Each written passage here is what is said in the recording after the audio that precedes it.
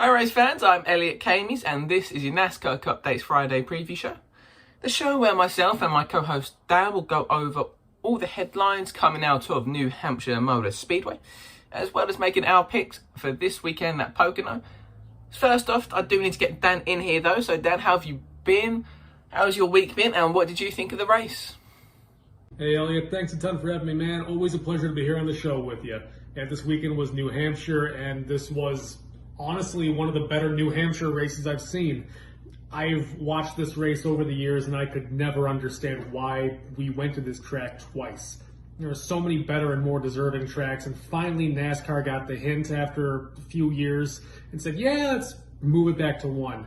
How do you fix New Hampshire? You put new cars on it. That's what they finally did, and this was a great show. Excellent battles all the way through. I was not disappointed one bit by this race, and New Hampshire's the track I expect to be disappointed with.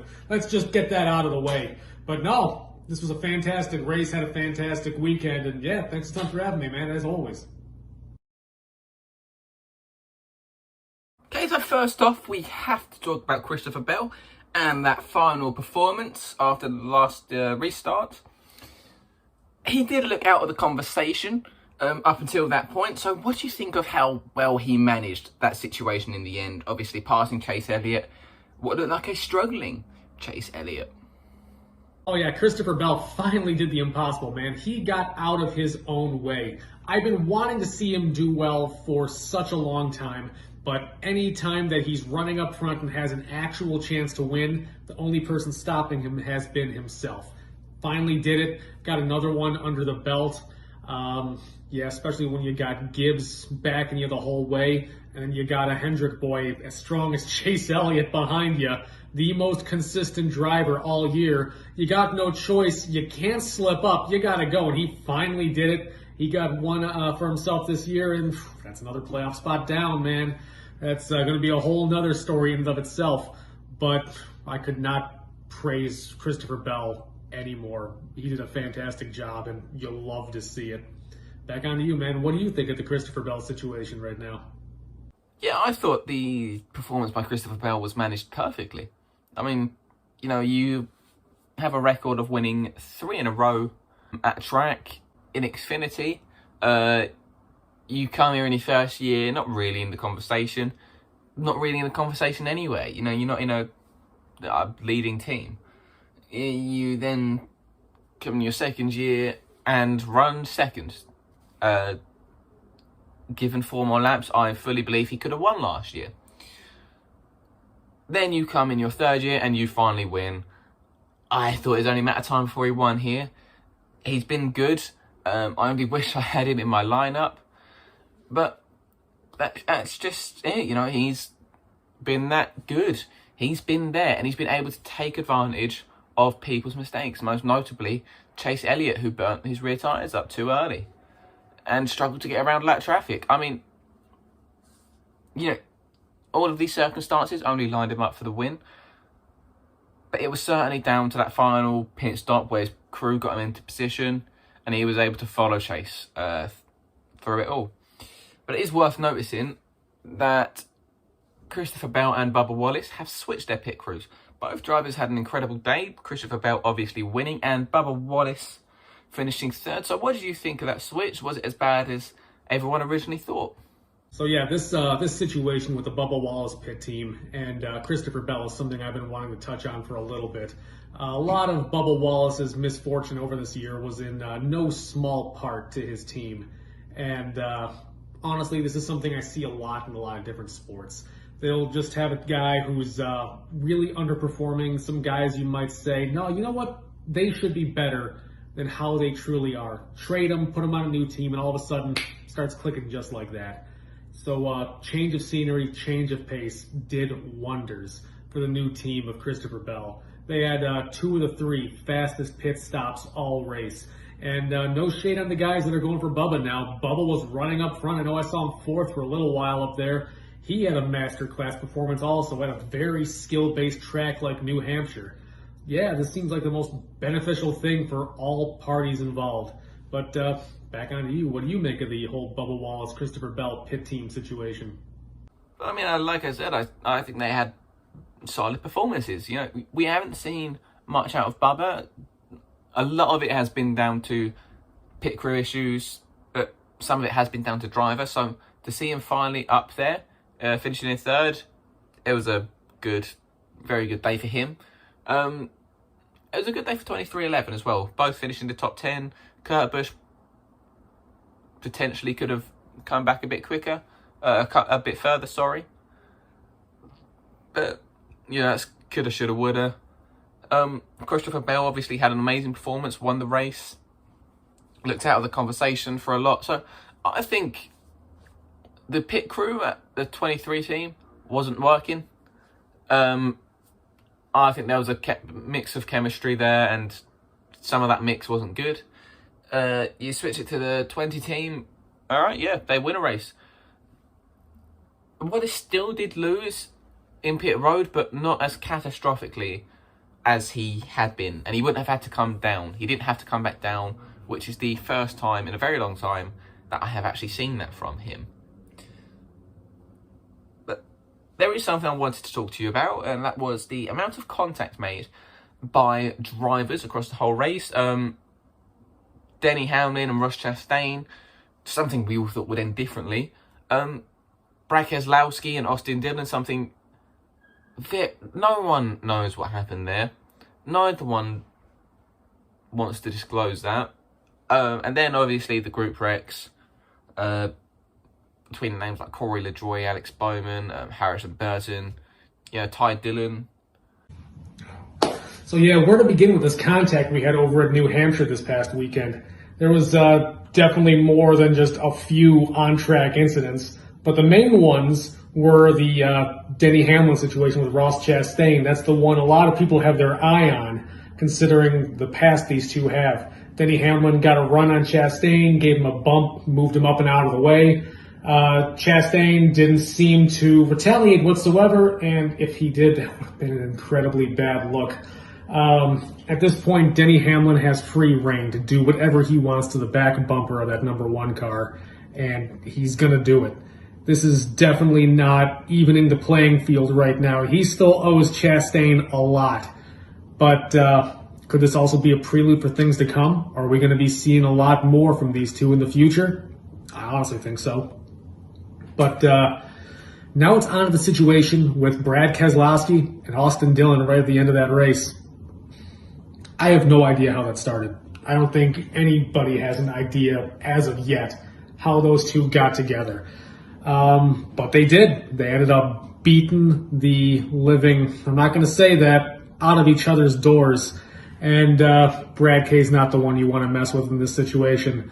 Yeah, Brad, I've seen him over the years. He has retaliated stronger and harder every single time. And Austin Dillon, he's okay, but he's somebody who's been referred to as a silver spoon kid over the years. I mean, I like the guy, honestly. I got no problem with him, but I just don't think Brad's the one you want to mess with. He will take things to a level you are not comfortable with. But, yeah, I want to toss the question back on to you. How do you feel about the situation with all the contact we had in New Hampshire this past weekend? Well, yeah, there were kind of a few incidents across track. One of them obviously being the Brad Keselowski-Austin Dillon saga. The Ross Chastain and Denny Hamlin, I felt was very calm, and I appreciated that. I know Denny's probably waiting to the playoffs where it'll matter most, but you can't kind of separate the fact there has been history there across the whole season. And the Brad Keselowski-Austin Dillon, this is going to sound like everyone else, actually. I have no clue what happened there. I really have no clue what started it. I don't think it's finished. It's just... I'm confused, I'm very confused watching that. But they obviously weren't the only stories. There was the initial wreck with Ty Dillon, Alex Bowman. Then there was Corey LaJoie's wreck, collecting Harrison Burton.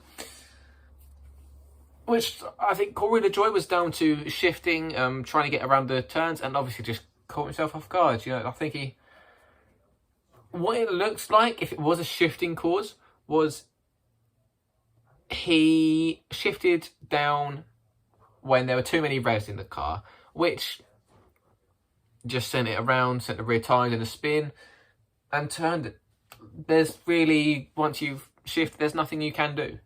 The Ty Dillon incident, I feel like if he just hung left, he probably could have... I don't know, because he probably could have just spun and avoided the wall. Obviously, hindsight is such a great tool, but it can't be helping his situation at the moment. Obviously, searching for a new team. It was announced that he won't be returning to the number 42 earlier this week. So what is your opinion on Ty Dillon and his search for a new cup ride? Obviously, the number 8 opens up in 2024. So I'm going to be honest. I got a bit of a soft spot for Ty Dillon. I like this kid. I've always liked this kid. I've liked him a lot more than his brother. He has much more of a humble demeanor and has always wanted to try and do it on his own, and I respect that immensely. But, yeah, it's just not working out over at Petty GMS. They seem like they, want to go the Noah Gragson route. But I think that's a risk. That's a very, very tall risk to try to take right now. You get Noah Gragson, great driver. I'm not going to discredit him. I just think it's going to be a Ricky Stenhouse situation all over again, where when Ricky joined Roush, right off the bat, being a very aggressive driver himself, he tore up a lot of good race cars. And, the higher-ups of Roush had to pull him aside and say, guy, you got to start bringing these home in one piece. I think we're going to have a comparable situation to that if Noah Gragson does get this ride over at GMS and tear up a lot of expensive parts. But now back onto the Ty Dillon front. It's curious that he's parting ways mutually at this point, right after Reddick says, I'm out of here. I'm going to be racing over 2311. Leaves an open spot in the 8 car. Now is Ty Dillon going to just pull on Grandpappy's coat and say, hey, got an open car. I'm a driver. Could I have a ride? Silly season is in full swing now. But now what do you make of this situation? Do you think there's going to be any chance of Ty Dillon going one way or the other? How do you feel about Noah Gragson in this situation? It's not looking good for Ty. As much as I like him, as much as I like the guy, like you said, a very humble demeanour. When he has good runs, he obviously, it puts a smile on your face. I think, okay, we've had a new face in front. 2, it's someone as likeable as he is. But it's no secret that this year, his teammate has just been wiping the floor with him. Eric Jones has been rattling off top 10s this year. He's right in the mix with the average number that people have scored. Obviously, with the parity of the car, it's mixed it up a bit, which has allowed him to take advantage and Petty GMS to take advantage. But I just don't feel Ty Dillon has got to grips with the car. If anything, being out of the Cup Series for a year has really hurt him. I look back to last year when he ran in the 54 part-time in Xfinity. He was the only guy not to win out of those 10 victories that one car had. It's a very difficult situation what he's in. It's a situation no driver wants to be in. I don't see him returning in 2023, at least for a well-known team. Perhaps, I don't want to pull strings here, but Team Hezerberg from the Euro Series made starts this year and is continuing to make starts. The money team is making starts in the Cup Series. And maybe one of those teams wants to hire him as a guy with experience in the Cup Series. But I think that chemistry with the crew chief and driver, will that be there? Will driver talent be there? Will they be able to set that car up to work with Ty Dillon? I don't know. I think his confidence has been hurt before with the closure of his old team. I think it's unfortunately the end for Ty Dillon for a little while. Potentially in 2024. I know Richard Childress works very well and family makes that team run. So we could see Ty go to the number 8, but if they find another generational talent like they did with Tyler Reddick, I don't know. I mean, they're sleeping on Austin Hill. Personally, I believe Austin Hill will take over the 8. But that's obviously up for discussion. As for the 42, I believe Noah Gregson's a very solid candidate. He's made cup starts this year. Haven't gone his way, obviously, but not everything will go your way. He's been making his name in Xfinity known, more so this year than past. I like where he's going. I would like to see him take another year in Xfinity, though, just to really mature that one step further. But another situation that a driver won't want to find themselves in is laps led without a win at a track. Martin Truex Jr. has led almost 1,000 laps, and I can't stress how impressive that number is. But he's yet to find victory lane at New Hampshire. So what is it, in your opinion, that's just stopping him from reaching that top spot? Oh, MTJ. You know, I feel immensely bad for this dude. He has been the world's best journeyman in all of NASCAR, bouncing from team to team to team and outperforming all the equipment he's been in. I mean, come on. Winning in the 78 Furniture Row car, that was phenomenal. My God, I thought that was one of the best championships that I'd ever witnessed. And yeah, now here he is, last portion of his career, maybe got one more year coming up, and he leads this much at one track and still can't get that trophy. Man, that hurts. I'm not even like a serious MTJ fan. I just want the best for the guy. God, knowing that statistic really hurts, man. God, I gotta be real with you. I want him to do it. He maybe has one more chance to do it next year, and Gibbs better give him the car to do it next year. Oh, that's rough. But back on to you, man. How do you feel about that situation you presented to me? One of the most painful statistics I've heard all year. Yeah, well, I mean, it's got to be heartbreaking for him. That has got to be one of the most heartbreaking. I wouldn't mind a stat saying I've led 1,000 laps somewhere, but I'd also like a stat saying that I've won there. You know, it's something is keeping him from victory lane at New Hampshire. And last time I really saw him dominate up front was in 2017, where he won all those races, but he caught up in wrecks, other people's mistakes.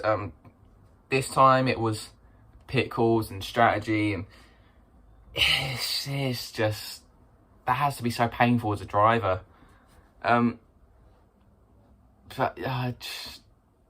It's just one of those things where I think Truex isn't going to win there, but he's going to have all those laps led. I think second place was about 300 laps. That's a huge jump for people that haven't won at New Hampshire. You know,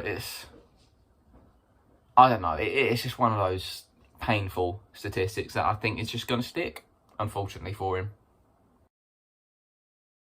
Okay, well, it's that time where me and Dan make our picks for the upcoming race. This weekend we'll be picking for Pocono. Now, I did win last week, finally. I won with Kevin Harvick, but I will relinquish first pick. So, Dan, have at it. Who have you got for Pocono?